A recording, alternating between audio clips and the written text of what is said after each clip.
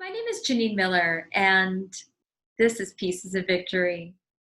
My show is to exploit what goes on in residential programs such as boot camps for kids, wilderness camps, conversion therapies, rehabilitation programs, and you get the idea.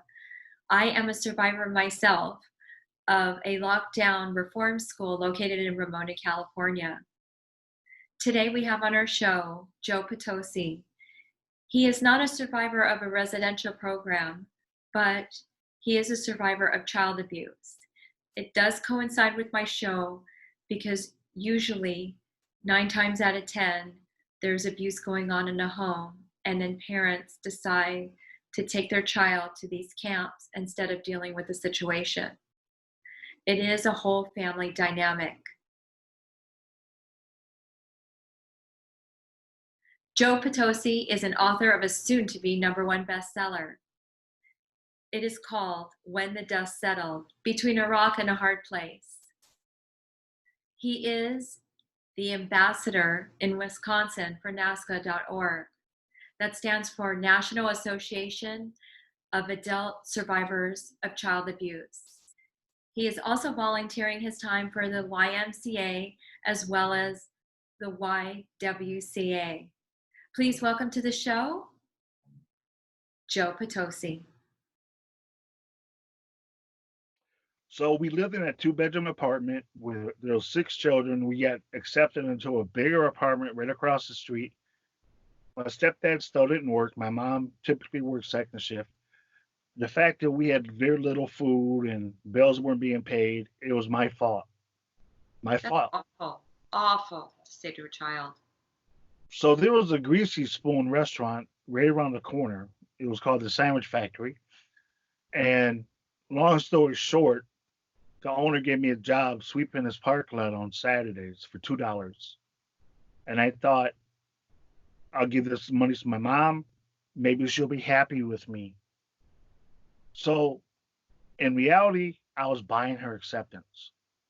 And that went on for a long time. So my stepdad promised to get us out of the projects. And that happened after 5th grade. Did you give her all of the money that you were making by sweeping? Was it all of it? Some of it? Yeah, it was all because I felt like it was my obligation to, since my father abandoned us, because they kept telling us he left us. He just got up and left. He woke up one day and said, I'm leaving, like my mom was the saint in the whole thing, Oh my God. Yeah, all of us kids were told that multiple times. So I had to grow up. Me and my sister had to grow up so fast. I'm working in 3rd grade. Not saying there's millions of people that have jobs very young as well, hard jobs on the farms and whatnot. But I felt like it was my obligation. It was the reasons behind it too. So here you are in 3rd grade. You need to be focusing on school and your homework and just being a kid. And yet you were filled with caring for all your siblings because you have irresponsible parents, and that's putting it lightly. Irresponsible parents, abusive parents. And now you're getting a job because you feel like it's your fault because of the emotional abuse your mother is instilling upon you. And it's still not good enough. Do you want to tell the audience what happened next? Sure. But the emotional abuse from my mother, she also dished out a ton of physical abuse.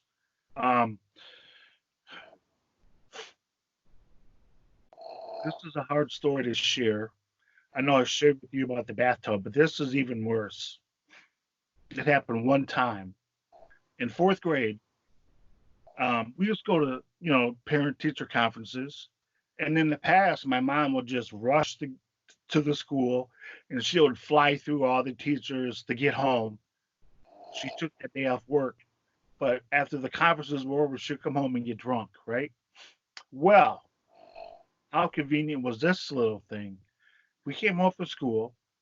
We had fried bologna sandwiches, and My Fried mom, bologna sandwiches. yes, was yeah, that Okay, was a that that's was a staple. something I would have made, but carry on. That's terrible. Okay. But You that know, that that just explains what was in your refrigerator. It was just bologna and right. barely anything in there.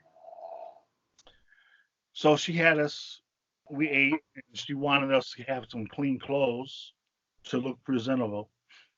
So I go upstairs. I couldn't find any clean underwear. So I went Rambo style. The problem was I got my private part stuck in the zipper. Oh no. Then we walked 4 blocks to the school, and I was in the back. I mean, I was in so much pain. We, Oh no.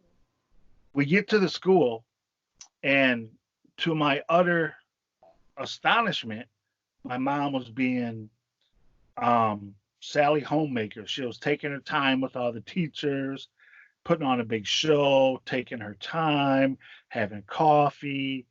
It was so ridiculous. So then we finally get home, and by this time I am just crying on the inside. I dare not let her know. So we get home. She orders me upstairs, take a bath. I get up there and I can't get myself unstuck. Oh. And by this point, I'm stomping around, and she hollered up the stairs, "What the hell are you doing, moron?" And Oh no. I said, "Mom, I'm stuck." She goes, "What the hell do you mean you're stuck, dingbat?" And by this point, she had stormed up the stairs. She had a cancer stick cigarette in her mouth. And I met her at the doorway, and I backed up as she came into the bathroom. And I just kind of looked down at my zipper. She goes, "I'll take care of this."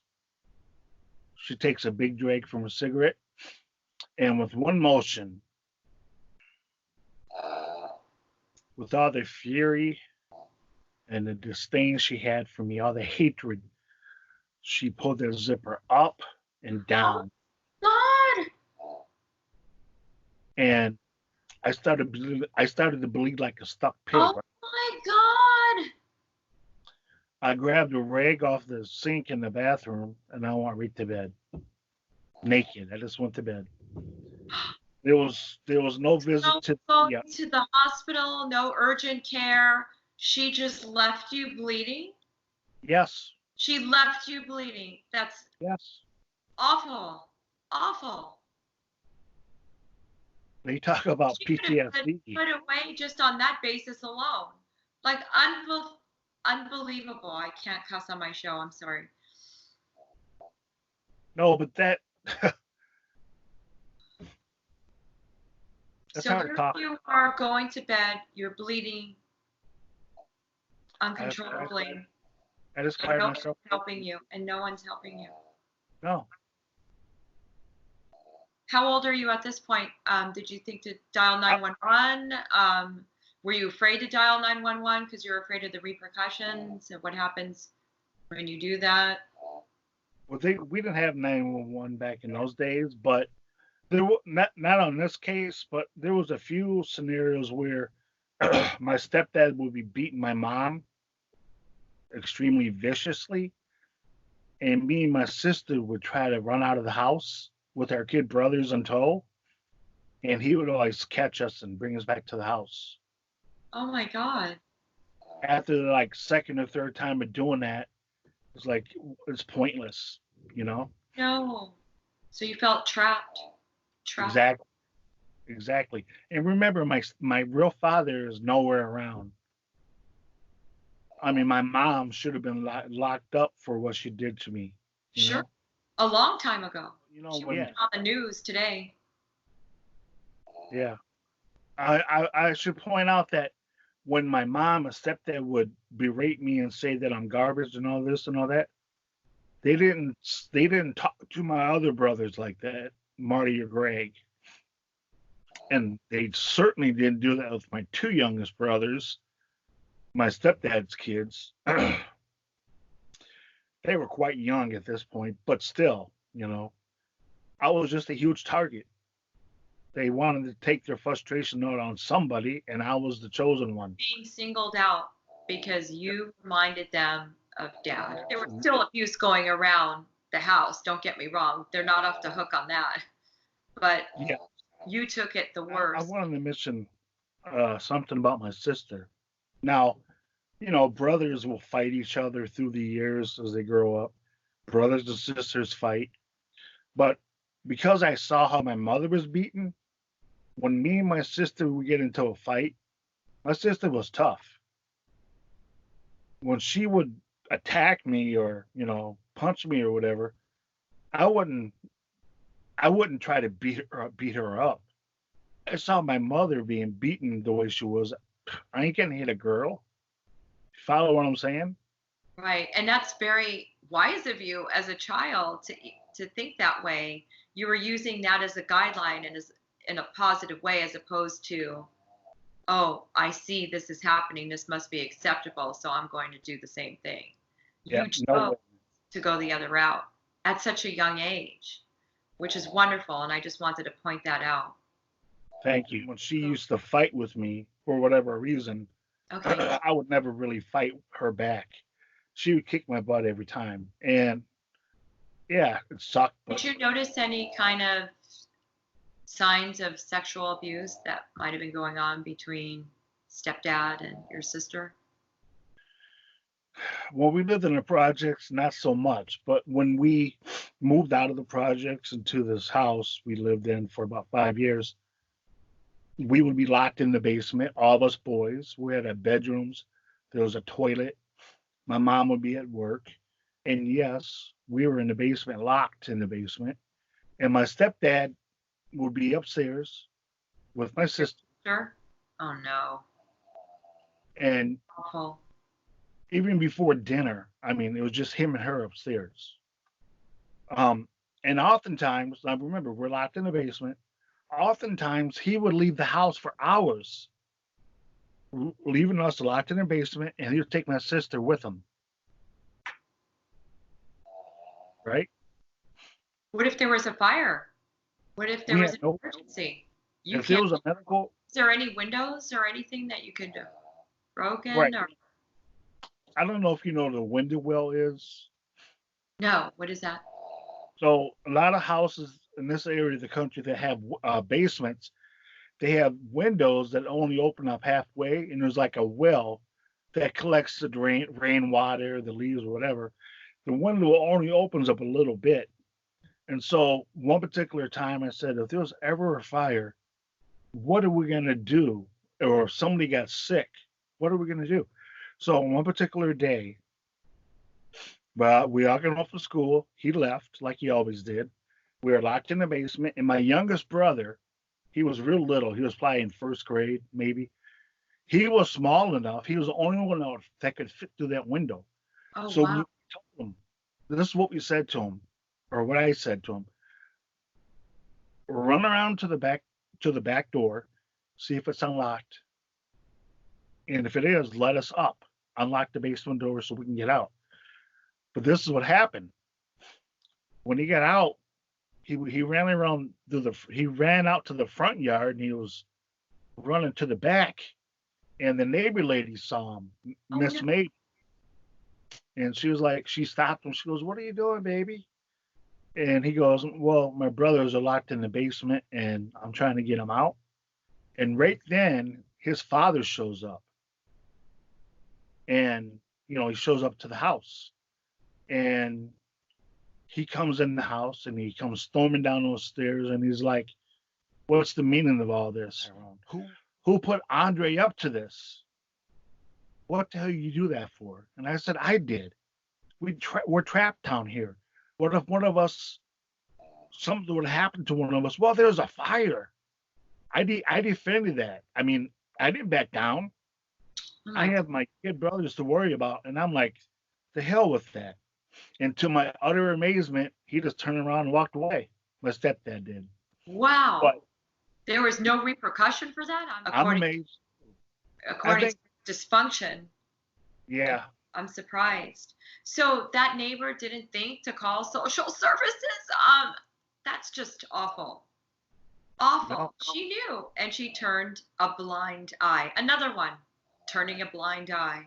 So these are all new neighbors, and many of them drank with my stepdad. And by this point, he was into cocaine, right? Hold it for a So second. So did that particular neighbor that knew that the kids were in the basement, were they drinking buddies too? yes, they were. Great. And there was other men in the neighborhood that were well aware of what was taking place, and they just turned a blind eye, as you say. We're out of the projects. I thought this would be a new start for me and my mom and my stepdad. Sure. I'm starting to give up on my dad a little bit. Only time I would see him is in the summers. um, I got a job as a paper boy to once again generate some money to help my mother out to pay the bills. Unbelievable. So now you're paying abusers money. Yes. My stepdad drank a fifth of E&J brandy a day.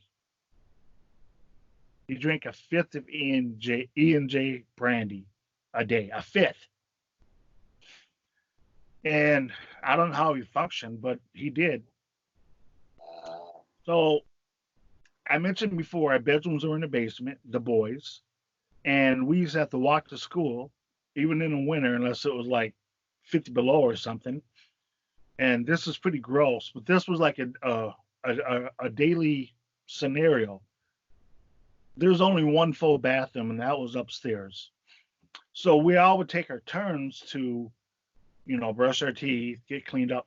But oftentimes my brothers would come running downstairs and they'll say, Joe, come look. I go in the bathroom. My stepdad is on the toilet, passed out drunk, Oh, puke everywhere. oh no. And he was totally naked. And this is what we woke up to all the time, right? Oh man, that's awful. So we mentioned before about suspicions of my stepdad doing things to my sister. So late at night, when I say late, I'm talking between 8 and 9, 8 and 10, before my mom will get home. The kids are kind of settling in for the night. They're in their beds. And I'm just laying in bed and I can hear my stepdad creeping around upstairs. And he's walking. You kind of get a feel for where the bedrooms are up there. So you could hear which room he was going towards. Yes. And so I told my mom. I think he was doing something to my sister. And you know what her solution was? I'm almost afraid. What happened next? She got good and drunk and she confronted my stepdad. He denied everything. Of course. And then he left. And I mean, she was sloppy drunk. And she kept calling my sister a whore and a slut. That's terrible. Tramp. Terrible. So instead of removing him from the house or pressing charges or talking to her about what happened, how about talking to your daughter about what happened? She decides to call her a whore. Absolutely. Yep. That's brilliant. Now, Unbelievable that a parent, instead of helping your children, are now name calling, and instead of rectifying the situation, pulling her out, changing your life, you just want to blame her for the problem. and so what my mom started to do, instead of sleeping in the bed with my stepdad, she started sleeping on the couch. Okay, so she knows. Yep. She She knows. knew. She knows. Yep. And she still did nothing about it. He's still in the house. That's right. And that is bothering me right now. It's bothering me. And it should bother everybody else who listens to this. Oh, it gets worse, believe me. It gets much worse. So I had this paper out, and I was giving the majority of the money to my mom because I wanted to help. and I wanted to play organized baseball, so I was stashing some money away for that. But the treatment at my Tyrone's treatment of myself, my mom, my brother Greg, um, continued to unravel. I mean, it was god awful. So I quit the paper out because he started taking the money from my mom. The money I would give her, he would take from her. Oh man. And what I would do when I had this paper out, I got a lot of snow shoveling jobs in the winter.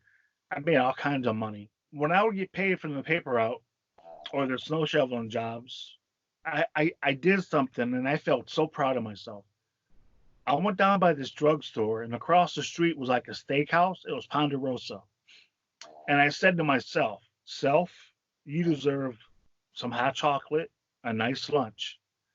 So I went over there, had some beef stew, hot cocoa, and I felt like a king. You know why? Because I mean, this food I was eating and this drink I was drinking is what I paid for it. I Right. worked for it, I earned it. Right.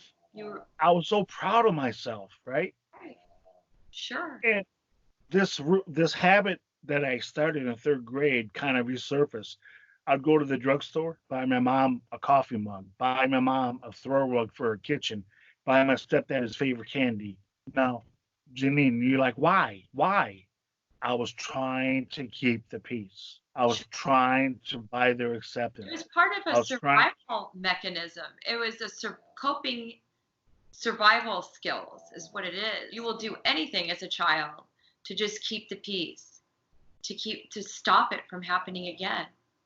Isn't that tragic, though? I mean, It's tragic. It's tragic that a child has to think about these things. You shouldn't have to be thinking about getting a Snickers bar at the drugstore or whatever it is that he liked, or a throw rug for your mother. You shouldn't have to be thinking about that just to keep the peace. that's Just so to keep the peace. You shouldn't have conditioned love. It should be unconditional love. Period. And that's the way it should be. But it wasn't. absolutely It wasn't for you. no. And when you finally had enough, I quit the paper out, and my stepdad. Now, to be completely honest with you, I couldn't tell you where all my siblings were. It was on a Saturday night. I don't even know where my mother was. But I woke up to this music blaring upstairs. So I go upstairs and I go right into the kitchen where I see my stepdad. He had all these newspapers laid out on the kitchen table, and he was feverishly cleaning his gun. He had a 38 caliber handgun. And I sheepishly asked him to turn the music down. He tells me, have a seat. He used this really deep voice, like it's supposed to impress somebody. So I have a seat. He turns intimidate. the music. Yeah, intimidation is right. And remember, he always wore those really, really dark glasses. Like you can never see his eyes. He goes and turns the music off, comes back, sits down, and I'm shaking in my boots, right? Literally, I'm shaking in my boots. And I can hear him putting the bullets back in the gun. At least that's what I thought he was doing. So I look up, and sure enough, he was putting bullets back in the gun. Oh my And God. give me one reason why I shouldn't pull the trigger. And I look up real quick, and he's still loading the gun. Oh my And God. I look at him. I look right in his eyes, and I look really hard, and I could see his eyes. They were like real beady, and his eyes were all bloodshot. I mean, that's the vision I have in my mind. I look back down, and I'm holding my breath because I don't have an answer. He goes, "Why did you quit the paper route?" That was his first question. I'm sorry, I didn't have an answer. Give me one reason why I shouldn't pull the trigger. Why is he staying at home, not taking care of his family and abusing the crap out of them? How about that? Right? Because he How can. about that? Why do you have a loaded gun and contemplating shooting your child? You're not working. You're not making any money. And he's asking you, how old are you at this time? I was in 5th grade, so It doesn't really matter how old the child I is. was 10, 11. About 10, 11. Yeah, fifth grade is 10. Um, it's ridiculous. Beyond ridiculous. He should have been locked up. Just on that alone, just having a loaded gun, contemplating shooting you. So it gets better, Just on that basis alone, he could have right? been locked up. So I looked up. I took a real quick glance, and he pointed the gun at me. I looked back down, and then I heard the click. He pulled the trigger. What? I instantly peed my pants. Oh my God. I peed my pants as I ran down the stairs, and I jumped behind the furnace where I knew he couldn't get me. He was a big man, 6'5". By this time, he's probably 300 pounds. Huge man. And I was literally scared to death. And I can hear him laughing. And it was entertainment for him. Oh my God. So I'm my brother's protector, right? So But what, so what happened? Did he loaded it up? Did it just coincidentally skip? Did he? It was like Russian roulette. Did he I pretend he think loaded it it, up? it, Or it had to have been Russian roulette, you know, because a 38 caliber has 6 bullets. It's a revolver. So if you don't put all the bullets in it and you spin it to a place, like maybe he skipped 2 cylinders or 2 slots. right? So pulls the trigger, you can But hear he the didn't click. know which slots those were. He didn't give a crap He about didn't. you at all. So I'm at my wit's end, right? And I shared with you a little bit yesterday when me and you were talking. When I would walk home from school, instead of taking a shortcut that I knew all so well, I took the long way home. And I'm going to tell you why. Because I didn't want to get home, right? I But I don't was blame walking you. along this real busy street and I was studying the traffic patterns. And I was thinking to myself, yeah, I want to end my life. I'm done. My dad abandoned me. He don't give a damn about us.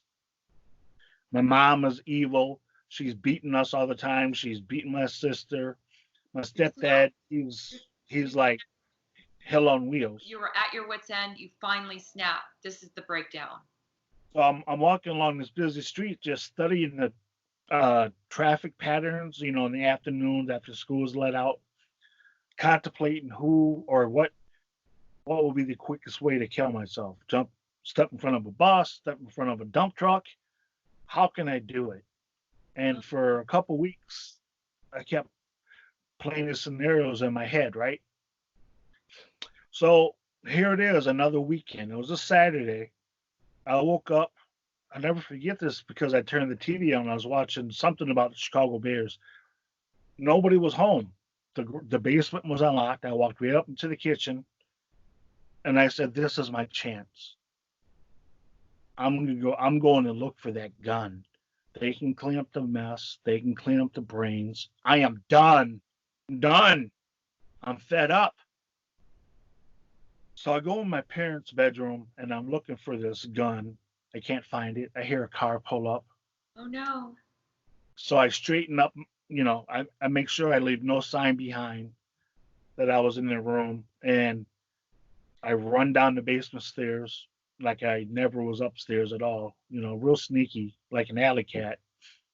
And that's when I believe God, not an audible voice, but in my mind said, "You need to be there for your sister and for your brothers." And as real as I'm sitting here right now, from that day forward, I never had another thought of suicide, Oh taking my whole life. My wow. motivation, my motivation shifted. My motivation was no longer, "Dad, please come back. Will tomorrow be the day I'm going to see Uh, my father?" We moved to Dubuque. My mother left my stepdad. okay. She moved us all to Dubuque, Iowa, except for my 2 youngest brothers. She couldn't get those 2 separated from their dad. And in my mind, Janine, maybe my dad would be the savior. I always thought he was, right? Kept that optimism. You kept Yes, that optimism throughout. It was your hope. yes. And he would help us, our patchwork of a family, to rebuild our lives, so to speak. But he was nowhere around. And my mother's drinking got really, really bad. She, If it wasn't already, right, you she know. would get drunk and fight with the neighbor ladies, the ladies that lived near us for no reasons. She'd go to neighbors' houses like these drinking parties, and she'll get drunk and sleep on their couch, and she would pee her pants. She'll pee on their couches and stuff like this.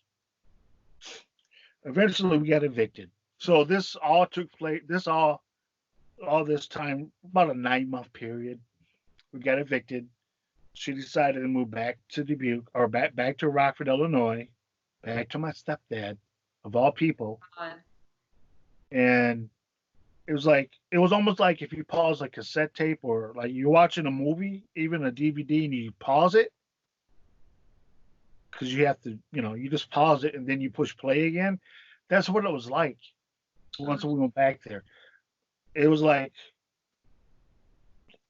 a drunk fest. They got drunk all the time. She wasn't working. They were fighting all the time. He was taking everything out of me and my sister, me and my brother Greg. And the thing he told his sons, my two youngest brothers, was that he's going to get rid of all the white boys. Oh my God. He said he was going to take us to a foster home. Now, my two youngest brothers are quite young. They didn't understand the ramifications or what that all meant, but they would taunt us. You're going away. You're going away. Oh My no. dad Not says, knowing what they were saying, of course. right. They didn't understand it, Right. but they knew it was something different. And, you know, I guess they thought it was fun to tease us about it. So me and my brother Greg, it was in December. We're at church. It was right during Sunday school. We both went into the bathroom. My brother Greg goes, "Hey man, let's run away." He was kind of the ringleader of this whole operation. He goes, "I'm really tired of the way we're being threatened. They're going to get rid of us. They're going to throw us away. I am fed up, man." And I said, "So am I." So we snuck out a side door. We didn't have food or water. Although it was in the wintertime, I don't think we had boots. I think we were wearing like tennis shoes, if I remember right. What would you So say the temperature was at this point so we can have a clear picture of how cold it was? it was around 12 degrees Fahrenheit. Oh my God. That's a nice day in these parts. Oh God. That's awful. So here you guys are, no food. You're not really well dressed. And even if you were, In running our away in mind, these conditions is not a good idea at all. So go ahead. in our minds, Yeah. we thought we can walk to Dubuque or hitch a ride to Dubuque, right? So we kind of zigzagged our way through the side streets. We get out of town. And as soon as we get on the highway, we were walking on the shoulder of the highway. A state trooper pulls over, and he's like, "What are you guys doing?" And I had to think fast, right? Now, most kids would see a cop and they're like, "Oh, thank you, Jesus, the cops. We got to tell them all of our troubles." No, I didn't trust cops. The cops were afraid of my stepdad. Right.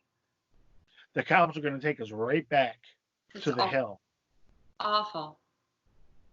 So I told the cop, we're going to the house right up the street. And he goes, "Where are you coming from?" And I said, "You see that greenhouse back there about a block? That's where we live." For all I knew, he could live there, right? I was just hoping and praying, it was cool. Believe it or not, he believed the lie and he drove off. And left two little boys on the freeway, Yes, on the highway, by I themselves. was I was in ninth grade. And you drove the west and 12-degree weather. That's unbelievable and unacceptable. And then what happened? So I was in 8th grade, and my brother was in 5th grade, right? To give you an idea, the age difference, just how young we really were. We decided we needed to get off the highway. So there was all these fields and pastures, and we found a trail. So we started taking this trail.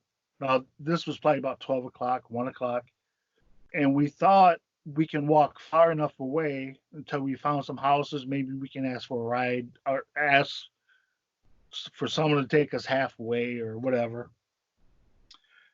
But when it got dark, the temperature really dropped. Oh We're no. cold, we're wet. We had jumped through barbed wire fences. Our coats all ripped up. We kind of resigned to the fact that we're done.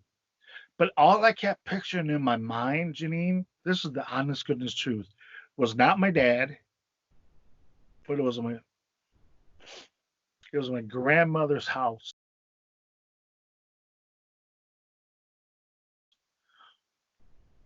All I can picture is the front of her house with her porch light on. Oh, And that was my safe place. That's all I kept picturing. oh no. So there was a state police station in Pecatonica, Illinois. So we go across the street and turn ourselves in, very nonchalant like, right? My stepdad and mom came and got us, took us home. And on the way home, my mom kept saying, "Everybody was looking for you. The church pastor and everyone there all freaking out. It was on the news." And I'm thinking, well, you put me in this position. There's something else that should be on the news, and it's not you running away.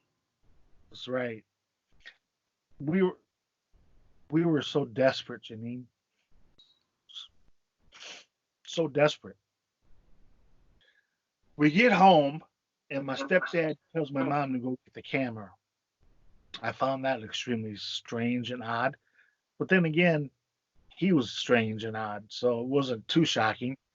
He pulls out the garden hose, and he has us stand against the house. It was a brick house, and he starts.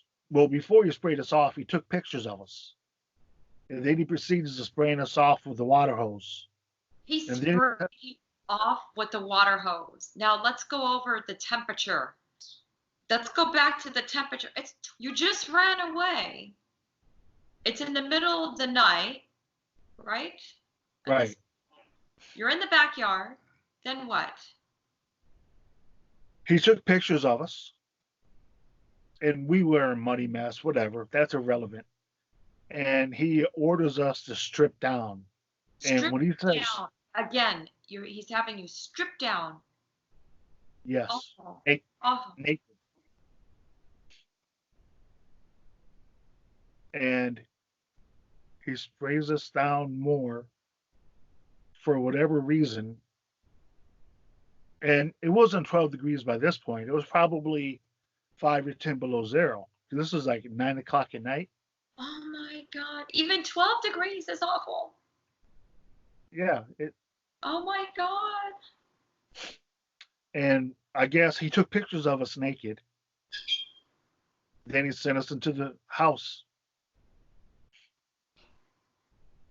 So nothing really changed, but because I ran away, Did he, you? I was, Yeah. Here's it's below zero. It's -5. Cold water hose out in the backyard, totally humiliated in front of your other siblings. And on top of it, freezing cold temperatures are on you in yeah, the cold. How did you not get into urgent care? Obviously, they didn't care to take you to the hospital after that. I mean, what happened? when we got in the house, we ran downstairs, and all of my kid brothers, my other brothers, and my sister, they were happy to see us, right? Because they were concerned. They didn't know. We just, on the spur of the moment, decided to run away. It wasn't well planned out. My kid brothers and sister didn't know about it. They were Right, just happy we were home, right? right. But they didn't. My mom and stepdad, any like chicken noodle soup or hot cocoa or To anything. get warmed up from what they did to Right. you. And I say did. She hands your stepdad the camera. She's in this with him. Absolutely. She is just as bad as he is. Absolutely. So everything. So I didn't mention this, but I was on the wrestling team, right? And I had played football in ninth grade just prior to this, and I absolutely love wrestling. I loved it. I loved it, right? But as a consequence, he made me quit the team, and he knew how much I loved this sport. Oh He no. knew. I used to go to practice 3 4 times a week, and these guys were my new family, so to speak. And he made me quit. And you see, all these years of All being away from abuse. Now, a child just doesn't run away for no reason at all. right, A child, 9 times out of 10, a child doesn't just run away from home for no reason at all. There's a reason for it. And now you're being punished because you're running away from abuse. and you know most you know the most amazing, astonishing thing of all of this. The state police are the ones that you know um, did the paperwork. They're the ones that contacted my parents to say, "Come get them." There was no follow up with social services. You would think the police would call social services, hey, we got a couple runaways. They're back at home now, but you need to follow up. That never happened. Right. And that should have happened. Absolutely. That should have been a red flag right there. Two And young kids, didn't you say that the cops were afraid of your father? the city cops, yes, they were Oh, extremely afraid of my stepdad. the city Yeah. cops were. But who picked you up? Not a city cop? We turned ourselves into the state police station. The state station. I'm Yeah, sorry. state police. Okay. There was a state police So station. there's no excuse. Nobody was afraid of him at this point. Right. The city And was afraid of him, but the state wasn't, and they never followed up. And when I say they were afraid of him, you're gonna hear more of that in a minute. So he made me quit the wrestling team, and guess what? I was crushed, but I was not gonna let him know it, and that's when I was renewed in my spirit. You can take this away from me, but guess what? You're not gonna destroy my spirit. You're not gonna crush me. I am stronger than you. Good I'm for gonna win this. I'm gonna win this battle. good for Keep you me locked in the now basement. as a child. Good for you. That's what got you through it. So about a year later, in December, my mom left my stepdad again. But this time we went to the battered women's shelter, right? We were there for about 3 months. And at the battered women's shelter. But I wanted to talk about that because it was right around Christmas break when we left. And when school resumed, um, me and my sister went back to school. We caught a city bus. Can I interject real quick? Let's go Sure. back to the shelter. Let's go back to the battered women's shelter. No one counseled mom about domestic violence. Did they not counsel the children? No therapy going on in this battered shelter? What went on in Good the question. shelter? Good question. There was like group sessions. Um, if you can imagine, we shared everything with other families, like the kitchen. We all had duties we had to do. We all had chores. But there was therapy sessions. But guess what, Janine? We went to 3 sessions as a family, and at every session, my mom pointed the finger at me and my sister. It was And our the fault. therapist didn't find anything wrong with that? The therapist, absolutely not. No, the therapist, She didn't find that there was something wrong with your mother for blaming children for her mishaps? she never interjected. She just let it. Interjected. Well, maybe No, you needed me, who interjects all the time, to step in. Unbelievable. Unbelievable. in these therapy sessions, she would call my sister the whore and the slut and the tramp. And she wouldn't tell the therapist or the counselor in detail why she was calling her that. Oh no. But we went 3 times and we were making no progress. And did you exploit what the stepdad was doing to the children as far as the beatings and did Oh, that come yeah, up in therapy? I talked a lot. Good for you. Absolutely, I did. Listen, I'm my kid brother's protector, right? And at this point in my life, I'm willing to pay the price or willing to take the flack or whatever. I didn't care because I'm living for my Right. siblings. You They're my wanted out. You wanted out, and you thought these people in the shelter, the battered shelter, could help you. The therapist. You're exploiting everything. and it was like talking to the wall. Oh, It was almost like they've heard it a million times. They just kind of go through the motions. Okay, sign here. I tell my mom. It's like they didn't want to hear it. You know what I it's mean? like running people in like cattle. Here, you Yeah. have a safe place to go. We're feeding you. We're providing for you. And we'll pretend that there's therapy so you can vent. So they can get And funding from off the you state. go. And off you go. Right. And the state says you have to do these things for these battered women and their children, and the shelter makes it appear like they comply, you know, in order to get that state funding. But in reality, at least in our situation, I can only speak for my experiences. They didn't do jack for us. It sounds like the foster care system, doesn't it?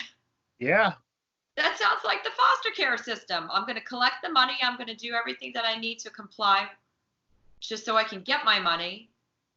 But that's about it. so when I said, it was around winter break, me and my sister, I'm in ninth grade. No, I'm in 10th grade at this point. She's in 11th. As soon as we get to school, now listen to this. There was a school cop. His name was Louis. As soon as we get to the school, I go to my locker, grab my book bag and all that stuff, and I go to my science class. The school cop comes out right outside the room and he calls the teacher out, and it's the trap. And they pull me out in the hallway, and Louis, he goes, Tyrone was sighted on school property. We have to get you out of here. So they rush us down to where they had like 5 or 6 squad cars. And I swear to you, Louis, the school cop, I thought he was going to crap his pants. His face was all pale. He was scared to death. And these other cops, they're like a bunch of buffoons. Which way did he go? Which way? They're terrified. And I'm like, my sister said to him, I said, what are you guys doing? Do you know this man is crazy, right? He has a gun. Do you know that? What is this, the Andy Griffith show? Come on. Right. And so, long story short, we had a police escort. They took us back to the battered women's shelter. We had to remain out of school for a whole nother month because they were so afraid of Tyrone showing up at any given time. They're afraid of Tyrone. How did they think you felt as a child? Right. That's a good As a point. child. Yeah, you're right.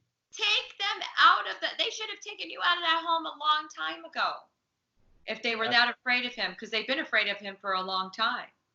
And this was just proof.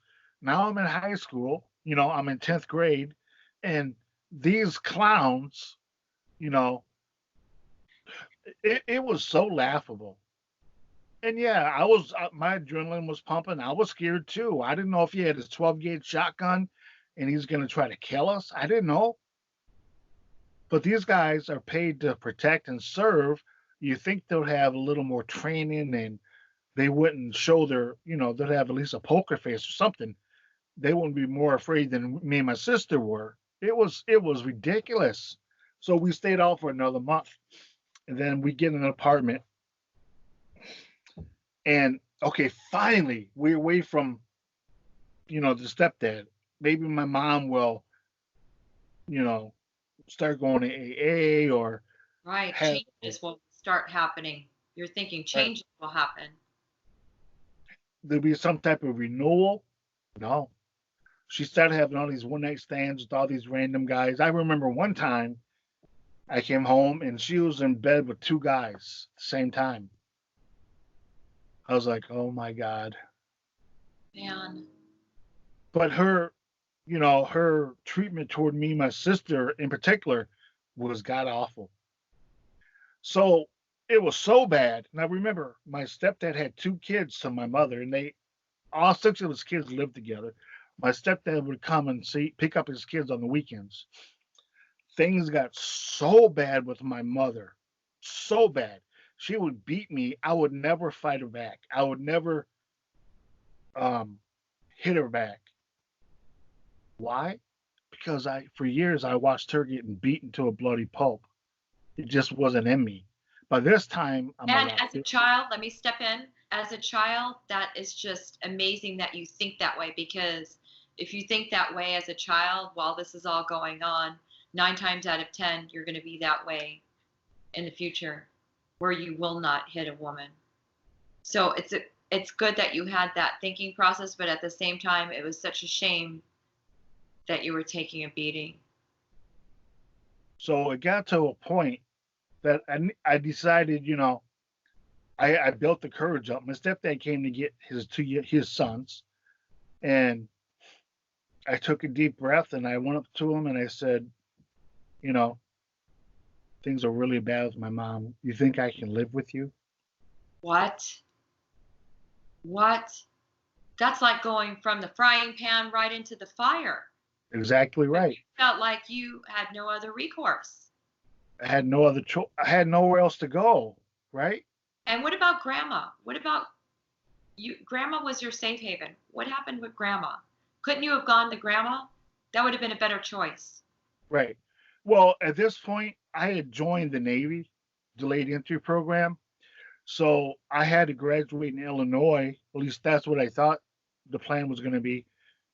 First semester, I was going to turn 18 January 10th. I was going to graduate the next day, and I was going to be at boot camp in Chicago in How January. about when you were a child? What about when you were a child? Could you have gone to grandma's? Could grandma have taken you in? Thanks for asking that question. And I didn't mention this before, and I apologize. I don't mean to go backwards, but there was a pattern that developed where my mom and stepdad, sorry, would get drunk and they would both tell me how much they hated me. My mom would send me to the basement and she would put me on the phone in the basement, or it was called a rec room. And she would go on the phone in the kitchen, and my stepdad would go in the bedroom on the phone. And it was the rotary phones, it took forever to dial somebody. I remember those.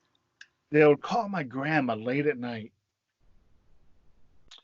and it was always the same. She would answer the phone. I can hear that little frail voice. Hello. So my grandma would be like, why are you calling me so late? And my mom would be like, we don't want Joey. Will you take him? And this is where I was crushed because remember, even even to this day, when I go in that neighborhood by their house, it's something comes over me. Anyway, um, she was like, "We are too old to raise another child," That's awful. and that happened They three or knew, four times. but they knew you were being abused. And I don't care how old you are. I don't care how old you are. If you know a child is being abused and they have nowhere else to go, take them in. Take them in. I agree with you, You know, and it I'm glad. wasn't like they were strapped to a bed on oxygen, life support. Right. Um, take them in. To me, that's a cop out. That's an excuse. So Go, that go ahead. that that happened at least a dozen times. So a But dozen times you had to hear a rejection yes, from the very people that were supposed to rescue you, that were supposed to be there for you, yes, that were supposed to step up to be a parent because your parents were not parents. yes. And that's hard. And That's had to have been heartbreaking for you. That's more emotional damage. yes.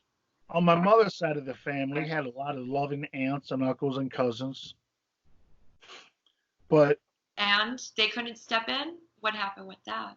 yeah, they did not step in. However, my dad's sister Grace agreed to adopt me. Oh, wow. So my dad signed his rights away. So he was totally for it. He knew how bad things were, and although he might be a drifter and alcoholic, he had enough wherewithal to realize he can get at least one of his kids out of the situation. So he signed his rights away to me, to my aunt Grace, who had three daughters, and she was like one of my favorite aunts. And her Oh, daughters, I was really close to. I spent a lot of time with them too in the summer. Um, and my mom agreed to do it verbally, but when it came down to her signing the papers, she backed out. what? So you Yeah, can't be a parent. You lock your kids up in the basement. You don't feed them properly. You're not changing diapers. You're right. not doing any work except emotionally, physically damaging your child. And you don't want to sign over the papers?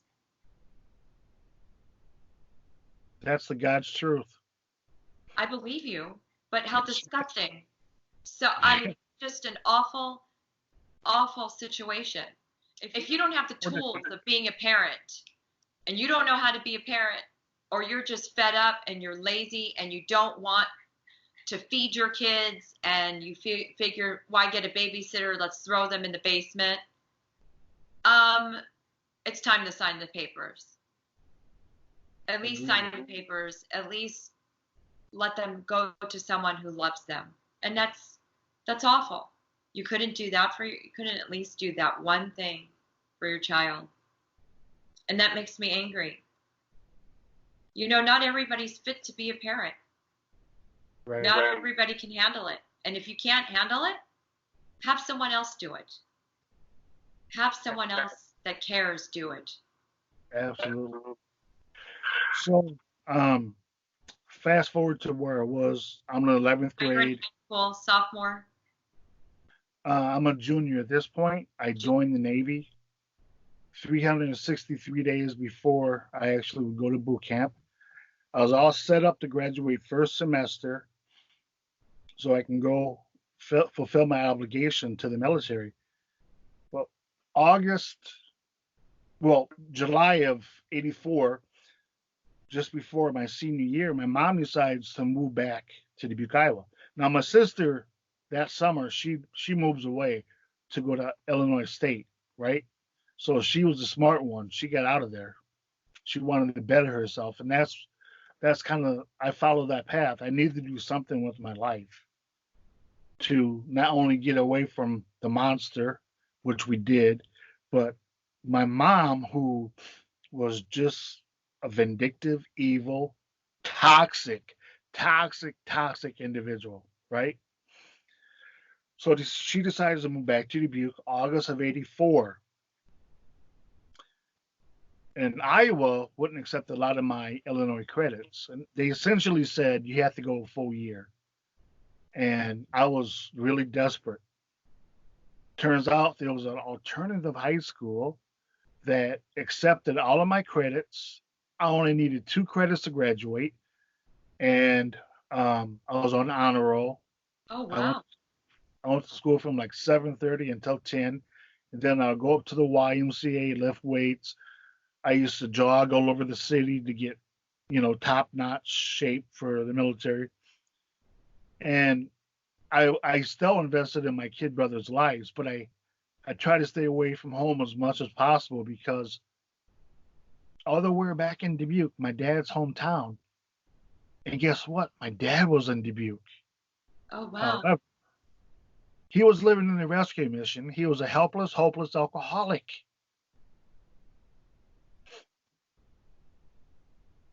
And the only time he came around was when he was drunk. Oh, no. And I made a decision. All five of us boys were with my mom. I refused to allow my dad to be around my kid brothers in that state. It was bad enough my mom, she was drinking like a fish, having all these different guys, one night stands or whatever. She was continued to treat me like garbage, right? And she just refrained. You're never gonna make it in boot camp. You're worthless just like your dad. Oh, my And God. just remember this, kid. You can't come back here to live when they kick you out.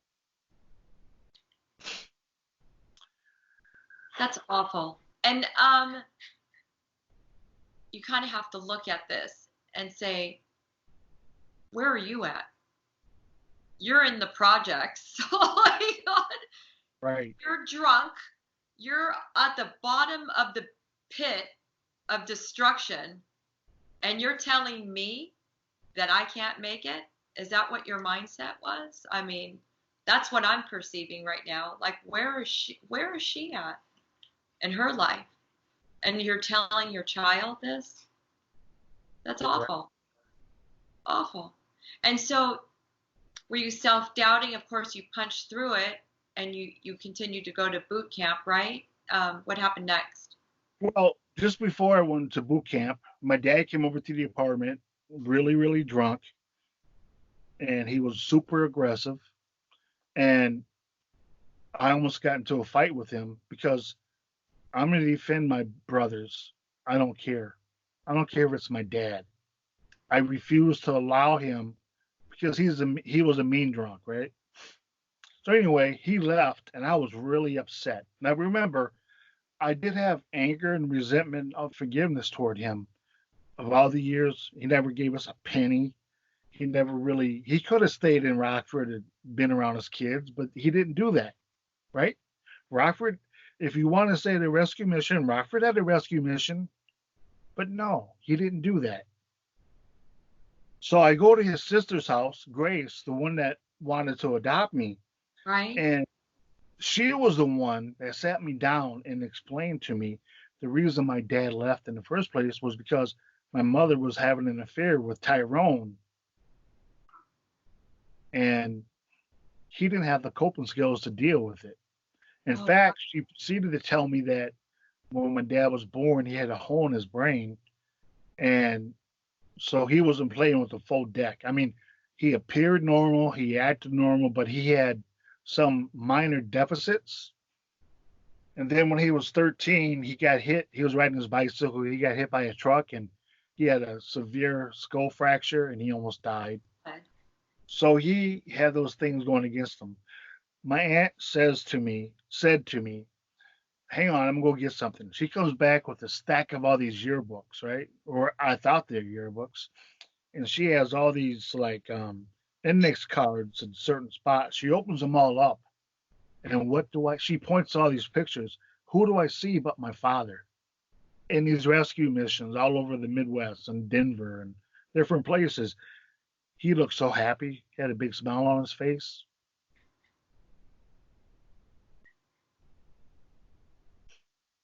And she told me all the times, all the countless hours he would come to her house and bawl his eyes out Oh, over, over his kids and over his wife. oh, wow. And he didn't know how to deal with it. And he always expressed his love for us. But it was at that point I understood. And it was at that point the anger, the resentment, and the unforgiveness went away. It was gone. So when I left my aunt's house, Because your mother was blaming you for that. And really, it was her. Like I said before, she was blaming you for her mishaps, but you didn't really come to grips with it until that moment. until you heard that story Yes. from your aunt. Yes. So if you remember, I said I like to jog and all this stuff. I sprinted home, probably 2 miles, not because I had to get home, but because it was like 1,000,000 pounds lifted off my chest, and I was running. You were carrying that, and that's terrible to have your child carry that. She And had to I carry was just that running. guilt. I ran That- down to the I ran down to the rescue mission to give my dad a hug, but it was closed. okay. And I only seen him one time after that before I departed for the Navy. So the day I go in the Navy, I have to catch a city bus to the Greyhound bus station. I say goodbye to all my brothers, and it's a tearful goodbye, right? It was a really hard. I just love my kid brother so much. And my mom's sitting at the kitchen table, drinking her instant coffee, smoking a cancer stick, completely ignoring me. So I grab my bag and I go back into the kitchen and say, Mom, I'm leaving. I love you. And, all these years, Janine, I guess because I loved her in spite of everything, by default, I guess I forgave her. So anyway, she still never acknowledged me. I go outside. I'm waiting for the city bus. City bus pulls up, and she comes barging out of the house in her house coat, screaming at the top of her lungs, "You effing moron! You're never gonna make it in the military. You're a loser. You're pathetic. And God, remember one thing: you can never come back here to live." I mean, she was hollering so loud, her face was contorted, and I meanwhile, was, the bus is right there. Everybody on the bus could hear. Is that what's going on here? You're being picked yes, up by a bus. yes, You're being picked up by a bus. Everybody can hear her. yes, and I was so embarrassed. That's awful. And here you are, just still punching through it. Good for you. You still went on the bus in spite of the degrading things she said about you in front of everyone. Right. Then what? So I go into boot camp, and I had memorized like all the things I needed to memorize, like the general orders, a chain of command, all these types of things. And I felt like I was pretty physically fit. And I've heard all kind of horror stories. In fact, one of my cousins went into the Navy. He didn't make it through boot camp, right? So I guess my mom thought I was going to be just like him. I'm going to tell you something. The purpose of the military and boot camp, they want to break you down and build you back up into the person they want you to be, the sailor, the soldier, the airman, whatever. Janine, I was so broken. I was at such a low point. There was nothing they could do to me Sure. than what my mother and my stepfather did. And closing, Janine, I want to say to you, you know, you've helped a lot of people. You yourself are a beautiful, powerful woman who's also a survivor, and Oh, you have that gift of making that connection. And sometimes maybe it doesn't feel like you're making a difference, like with this venue or this platform that you're using. But let me tell you this: you're helping a lot of people. In fact, you've helped me. oh, I've watched some of your shows, and not only was I impressed by the presentation and the guests you had on, but I'm impressed by the overall message and the whole reason why you do it. You're not doing this to be seen or to hear yourself talk. You're doing this for the kids and the teens out there and the adults that are still suffering, that are still lost, that are still stuck. And this is one thing I'm really, really, really, really big on, and that's forgiveness. I talk in my book how I found that forgiveness and how it set me free. oh. And there's times I have to forgive myself. You know, just real quick, when I have to do like a minor home repair years ago, for example, the kitchen sink was leaking, and I'd make 5 or 6 trips to the hardware store. It's just little pieces. It can't be that difficult, right? Right. 5 hours later, it's still leaking, right? And I'm beating myself up. I mean, mentally, I'm just really hard on myself. And you know where that comes from? My childhood. Sure. I'm not good enough, whatever.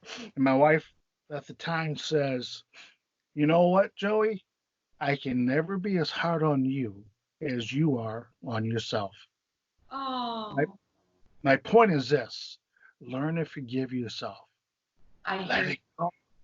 For you. me, Jesus Christ forgave me and he set me free. But why is it I can't forgive myself? Think about that. Maybe Because you forgiving still everyone. have those old recordings in your head. You still are playing those old recordings in your head. Exactly right. Not That I'm consciously. not Not consciously, but subconsciously it's in your head. And that's just why. like really quickly, Janine, being a father, I was so afraid. I don't know what it's like to be a father. I don't know what you do. I don't know. There is no rule book. And I have to be honest with you. The Holy Spirit was my he was the one that guided me and Oh, showed me the way. That's the absolute positive truth. And when it came time for me to discipline my kids, I really struggled with that because when I was beaten out of anger and hatred and disdain.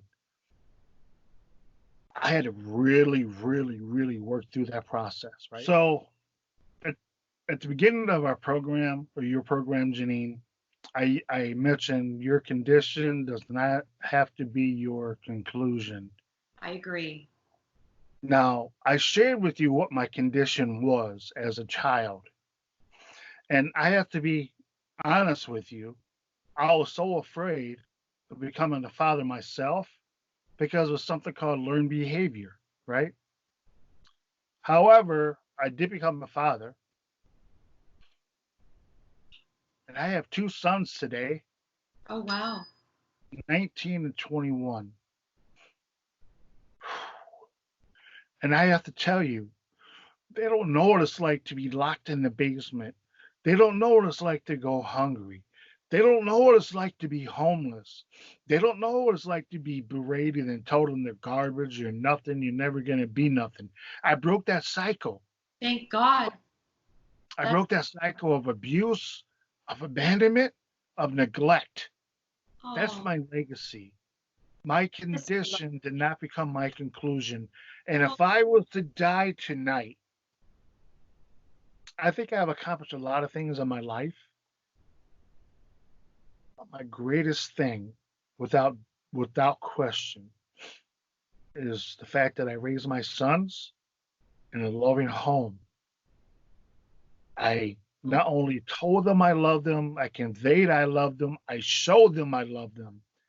And I have a son that's a junior at the university, and my other son works in construction full time. They both live at home. They'll stop me. They call me Dada, and oh, they'll say, my older son, he'll say, "I need a hug, Dada. oh, I love you, Dada." And they'll give me a check. They'll give me a peck on the cheek. oh. You know how powerful that is? That's my legacy. That And my is legacy. no one can take that away from me. That is the beauty that came out of all of this muck because you made those choices, because you chose to rise above, to rise above And the, the I crap have, that you were dealt with. And yeah, was crap. You were dealt crap. And you took that and you used it as a tool to be the best parent that you could be. And you did it. You did it. you know what another good feeling is? So my sister and all of my brothers had kids before I did. And not only them, but many others would say, "You're such a wonderful dad." And Oh, I'm not trying to brag on myself, but so when I something to first be started, very proud of. It is especially what absolutely, you have been through, especially what you have been through. It is something to be proud of. it's the little things too. Like I don't mean to rattle on, but we'd go somewhere for dinner or lunch, or to the movies. And my both of my brothers were in the Boy Scouts. My older son got his Eagle Scout, but they hold doors open for people. Oh, They're extremely courteous and polite and respectful, and it just does my heart so good, you know. And it's my hope and desire when they get married someday, they will continue this cycle, these patterns. Am I a perfect father? Absolutely not. Have I made mistakes? For sure, I promise you. we all do. But um, that's why I get emotional when I It's talk about almost that. like you had to go through the school of hard knocks. You went through the school of hard knocks to learn how to be the best parent that you can possibly be because you're aware. And just if you are abused and you do that, you really can be the best parent you can be and not repeat the pattern. But they're choices. You have to make that choice. And I believe you made that choice at a very young age because of the things that you were telling me. Your mindset. Your Yes, mindset at that young age, I knew you were going to be a good dad just by that. thank you so much. And you know what? If I can thank my dad and my stepdad for one thing, I would thank them for teaching me what it's not like to be a man. I did just the opposite of what they did. Sure. I use a template. It was a guideline, Yeah, what not to do. exactly. That's exactly my point. Thank you. Have any words to tell children that are being abused on what they should do, where they should go, and in domestic violence cases, if a woman or a man is being abused, where they should go, what they should do? Yeah. So to the children out there, first of all, um, there's this adage: if you see something, say something, even if that thing is happening to you. Don't be afraid of the consequences. Um, if you're like me, when I was a child, you're afraid to tell anyone because of the consequences, right?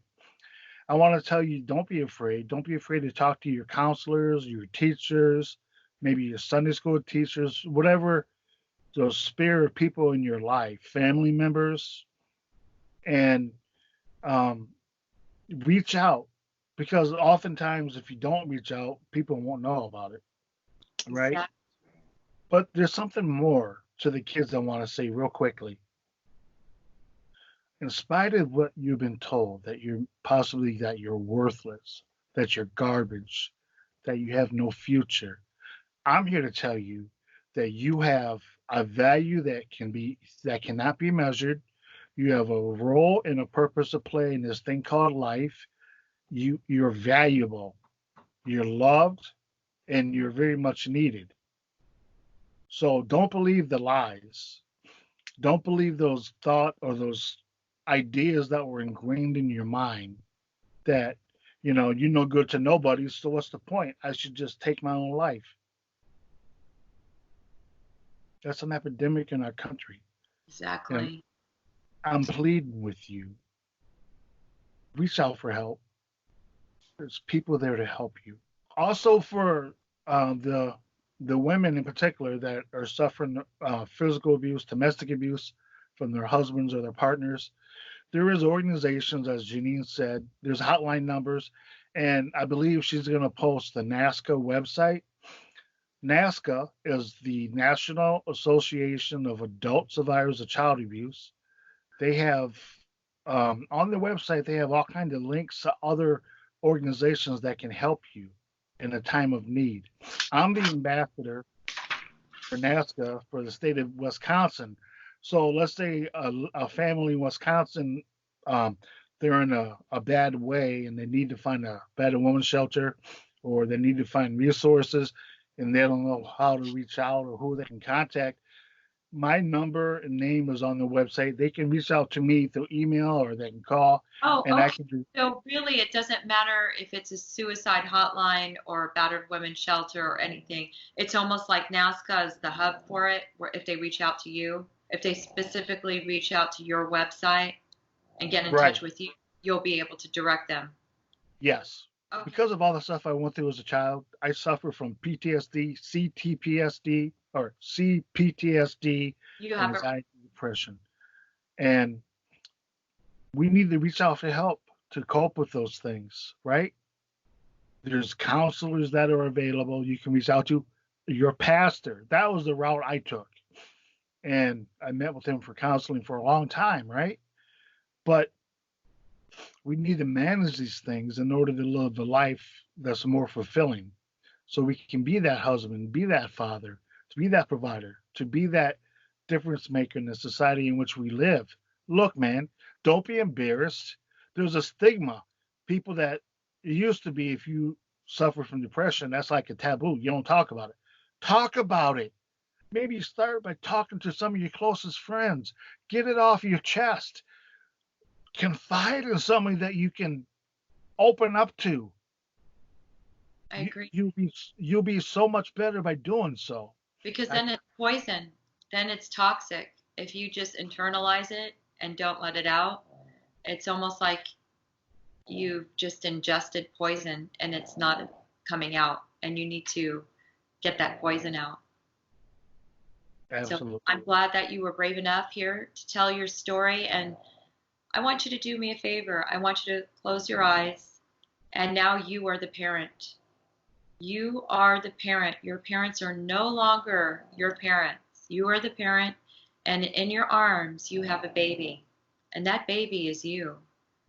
What do you tell Joe right now of how to cope with life, and also how do you convey love to him? I love you with all my heart. I'm going to be the best father I can be. There can be some up times and down times, but always know I'm going to be there for you. I'm going to provide for you, protect you, give you advice, and love you beyond measure. That's kind of tough, you know? Okay. Joe, it was a pleasure having you on my show today. And thank you so much for being brave and telling your story, and how you took something so horrific and turned it into something beautiful. And you are a beautiful father. And you can tell that by the way your kids treat you. Your kids love you so much. And every time they show that they love you, it's just a reinforcement that you did the right thing.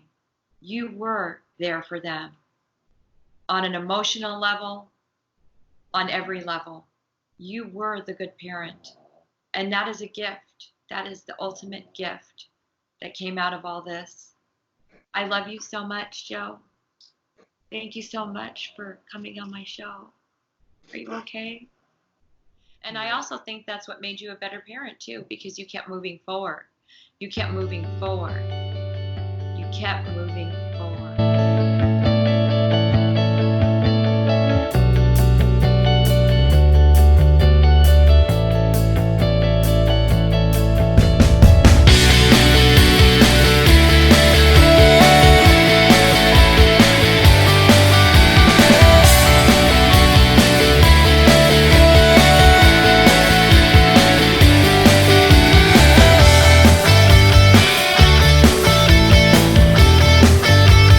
I am Janine Miller, and this is Pieces of Victory.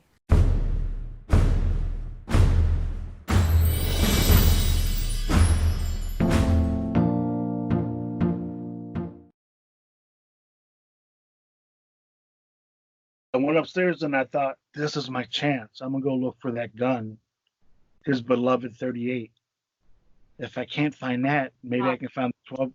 He had a 12 gauge shotgun too. I can find either one of those. I'm blowing my head off.